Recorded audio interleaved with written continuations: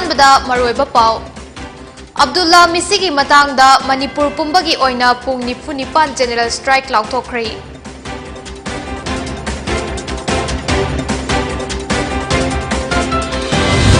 ꯑꯃꯗꯤ ꯈꯪꯍꯧꯗꯅ ꯄꯦꯇ꯭ꯔꯣꯜ ꯑꯃꯗꯤ ꯗꯤꯖꯜ ꯃꯃꯜ ꯈꯪꯍꯟ ꯍꯟꯊꯈꯤꯕꯗꯒꯤ ꯅꯣꯡꯃ ꯈꯛꯇꯗ ꯃꯅꯤꯄꯨꯔꯒꯤ ꯗꯤꯂꯔꯁꯤꯡꯅ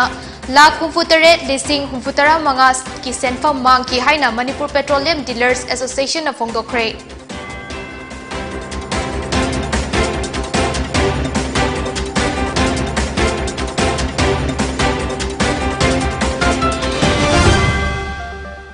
ꯈꯨꯔꯨꯝꯖꯔꯤ ꯗꯤꯄꯥ ꯁꯝꯔꯥꯏꯂꯥꯠꯄꯝꯅ ꯄꯣꯅꯤ ꯅ꯭ꯌꯨꯁ ꯑꯞꯗꯦꯠ ꯄꯤꯖꯔꯤ ꯍꯧꯖꯤꯛ ꯄꯥꯎ ꯁꯟꯗꯣꯛꯅ ꯄꯤꯖꯔꯤ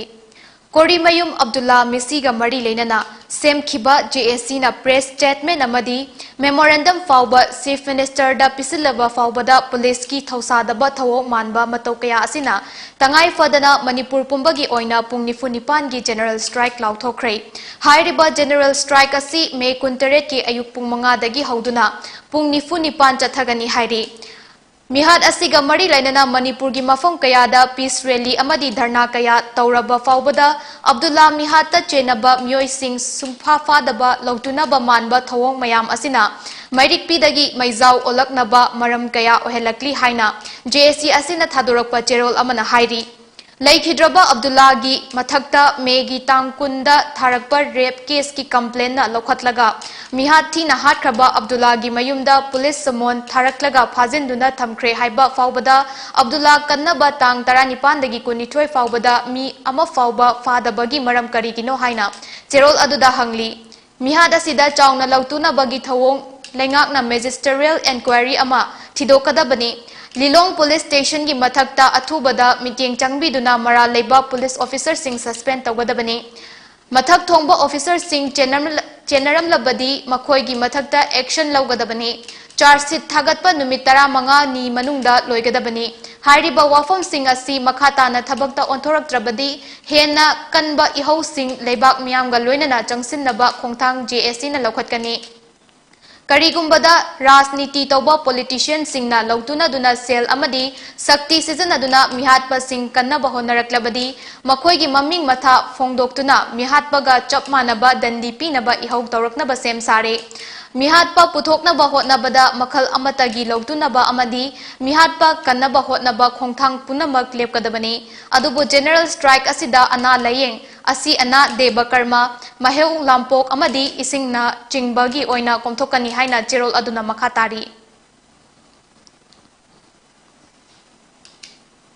खंगौदना पेट्रोल अमदी डीजल ममल खंगहन हंथकीबदगी नोंगमा खक्तदा मणिपुर की डीलर सिंगना लाख 68,835 की सेनफम मांगकी हाइना मणिपुर प्रेस क्लब ता पांगथोकपा पाउगी मिफम अमदा मणिपुर पेट्रोलियम डीलर्स एसोसिएशन फोंदोखरे एसोसिएशन असिगी कन्वेनर RK प्रकाश ना हाइखिबदा थासी तांग 19 दा थोखिबा ऑर्डर अमना पेट्रोल की लुपा 9.50 सिन ngakpigani lupa 8.5 sino amadi diesel gi lupa 8 ta hanthakibani maram oiraga manipur gi dealer singna nomada lupa 68,000 mangki aduga hanna leishinduna stock ta lehauba tharaga di crore 1,60,000 mangki hairi सरकार ना लौरंबा tax हंथरकपदगी थाउगी ममल मियामदा अहोंगबा ममलदा फंगनबदा मणिपुरदा लेरिबा dealer सिंगनासु तरामना ओई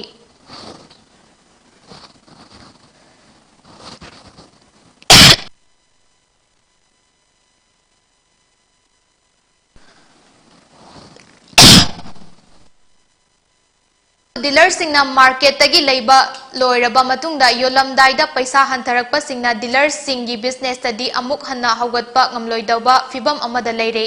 मरम अदुना सरकार ना dealer सिंगना मांगदोरिबा यामलबा सेनफम असि dealer सिंगी अवाबा येंगबिदुना हंदोकपियु हाइना Manipur की chief minister ना चेरोल अमसु पिसली हाइना फोंदोकी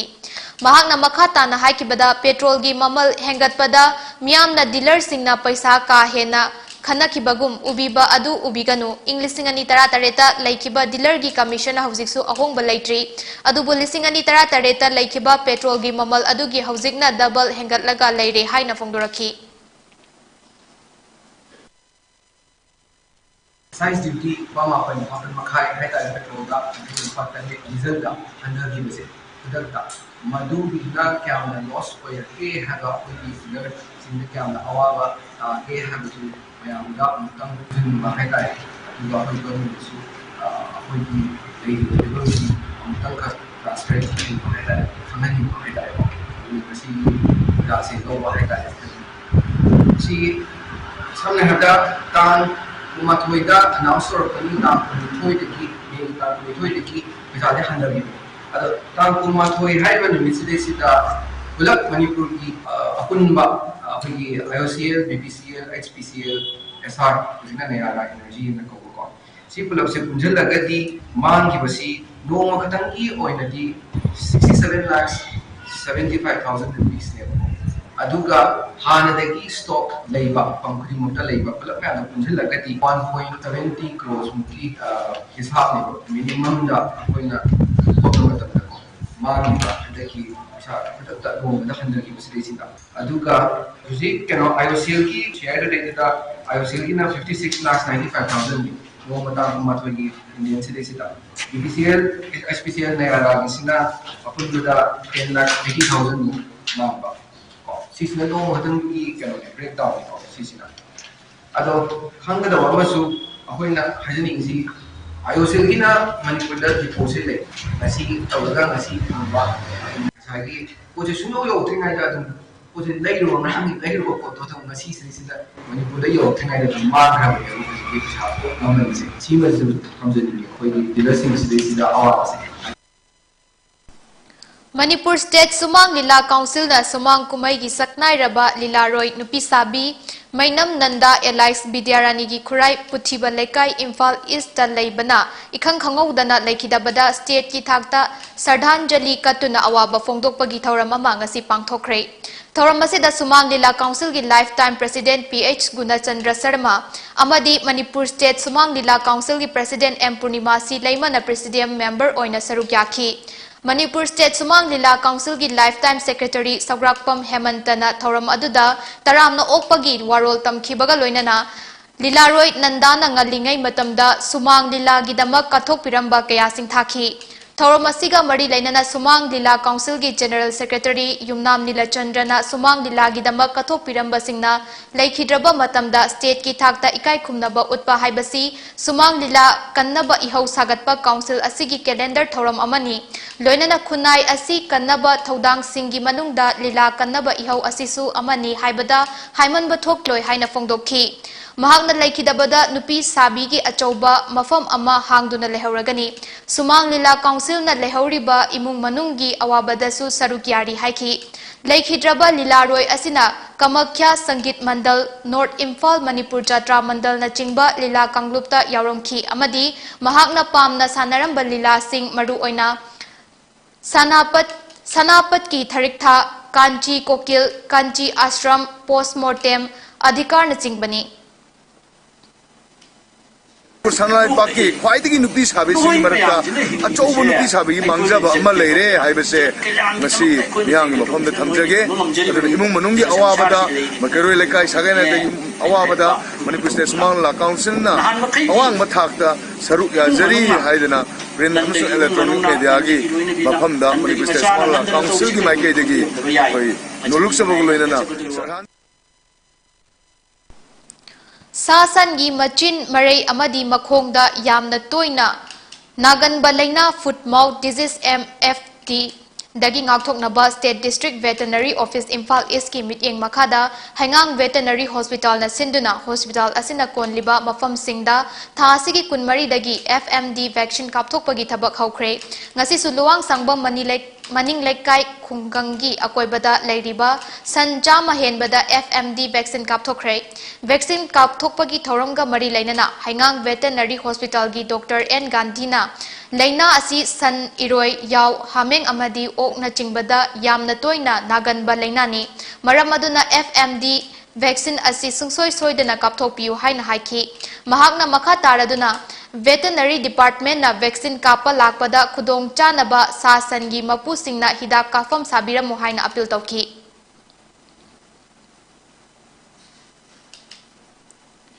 Manipur University Student Union na thadorokpa cherol amada Manipur University gi hangduna leiriba statutory post sing amadi atay atopa officer sing haibadi finance officer, controller of examination director UGC, HRDC director, EMMRC director, CDC medical officer sing asi Manipur University authority na athuba matamda semjinnaba hotnagadabani haina phongdorakli. Hairiba post sing asi university amana niti niyom chumna chalaiba matamda aduki matik darkar oiba post ni. Post asi in charge oina matam kuina leirakpa maramna university asigi thabak thauram ama paikhalakpa matamda hairiba officer sing asina in charge oibana aruba decision lauba ngamdaba mathau pangthopa ngamdabani. In charge oiriba officer singna mathau pangthokte haibanate adubu in charge oibana independent decision lauba ngamdaba daita hena laushinba ngamdaba kaya yauri.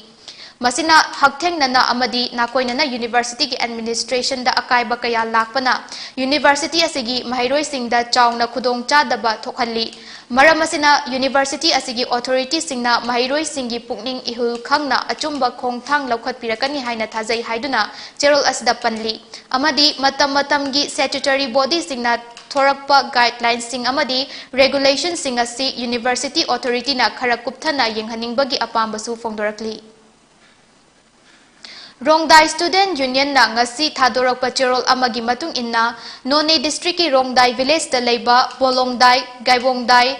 Junior High School gi oza khara hauzik fauba school asida report tawdabasi yaningde haina phongdorakli. Cherol asigi matung inna Rongdai village ki manung channa leiba school singda Rongdai Student Union na chatuna yengsilba matamda school asida oza tara leigada bagi manungda oza manga khag pirakpa amadi oza manga sigi manungda oza ahum di hauzik fauba school asida report tawramde amadi oza ani khakna school asi hauzik chalaiduna leiram ki haina cherol asina palli. School asi Education Department ki Zonal Education Office None District ke manung channa laibani. Rongdai Student Union na school asi ki fibam yenglaga amadi mahiroi singidamak afaba education ama puraknaba galoinana society da ahongba ama puraknaba hotnariba union ama oina Bolongdai Gaibongdai Junior High School asi da posting tariba trained teachers ahum K Benjamin Panmai Alfred Katunlui Panmi asi mahiroi singi yengbiraga athuba matamda report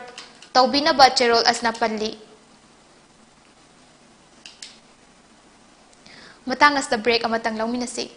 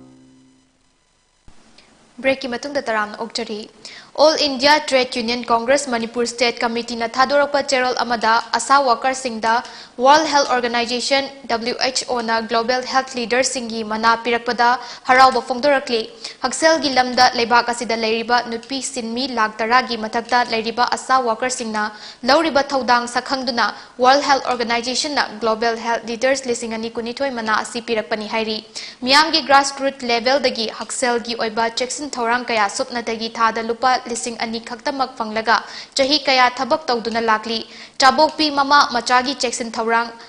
sandok kanba lainadagi hauraga immunization tawrabada makhoina lauriba achoba thodang yamna singthaningai ni. Maram aduna state amasung center asina asa singna makhoigi khusuman hengatna ba dabi sing pangthokna ba lengakta taksili. Atopa state khara dadi asa workers singi damak budget ta senfam haptuna khusuman thada lupa lising taragi mathakta phangba yaukre hari. Matam kharanigi mamangda mafam kayada nong leptana chubana maram oiraga ising ichau landslide mudslide kaya thokibagi awaba mayok naringai chaira kasida Jiribam district ki Babukhal khul changfam lambi ki saruk namthakibadagi khul kaya chathok chasin tawbada khudong chadaba mayok nari masigi matangda Jiribamgi praja ama oina maitram bizenna khulakki lambi oiriba Babukhal lambi asi handakki ising ichau na lambi asi thadat lamle chingchep lomda napsillaga chatnare maram asina mari lainaba department singna lambi asi chatpa yananaba sinbiyo haina fongdorakli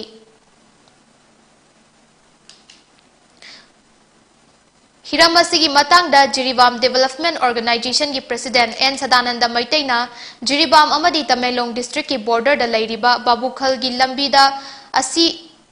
asi fauraga Sabukhat Boroikhal chatlamba lambi asigi lamjinda lambi saruk khara turel ising hantharakpada lambi ising na pubikre hairiba lambi asigi thong asi Chief Minister amadi Works Minister thong sanaba ayaba piraktuna thong saragani haibagi nungaina leiringai cherakasida lambi ningkhai ki basina khunja singna mipainare haina fongdokhi Maramasina CM amadi Works Minister na Jiribam gi khunja singbu minung siga loina na yengbiduna athuba matamda lambi asi sembiduna wajaraba praja singi awaba kokhanbiyu haina Jiri Development Organization appeal torakli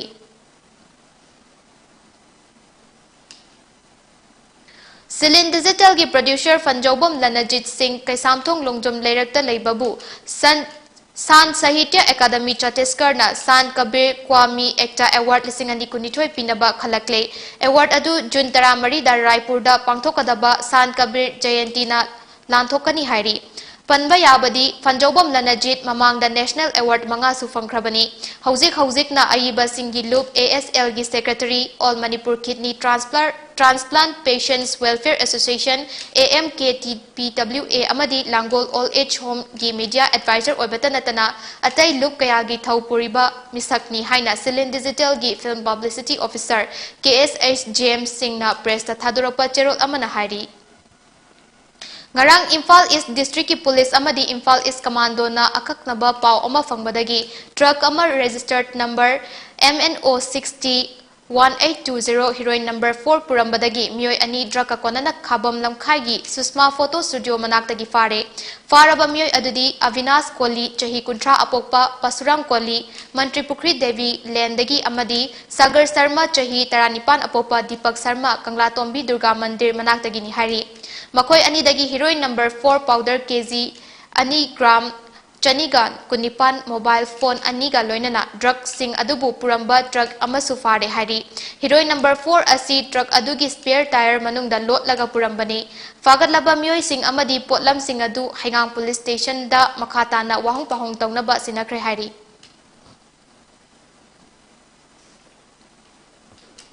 aroibada maroiba pau mohana Abdullah Misigi matangda Manipur pumbagi oina pung nifunipan general strike lauthokre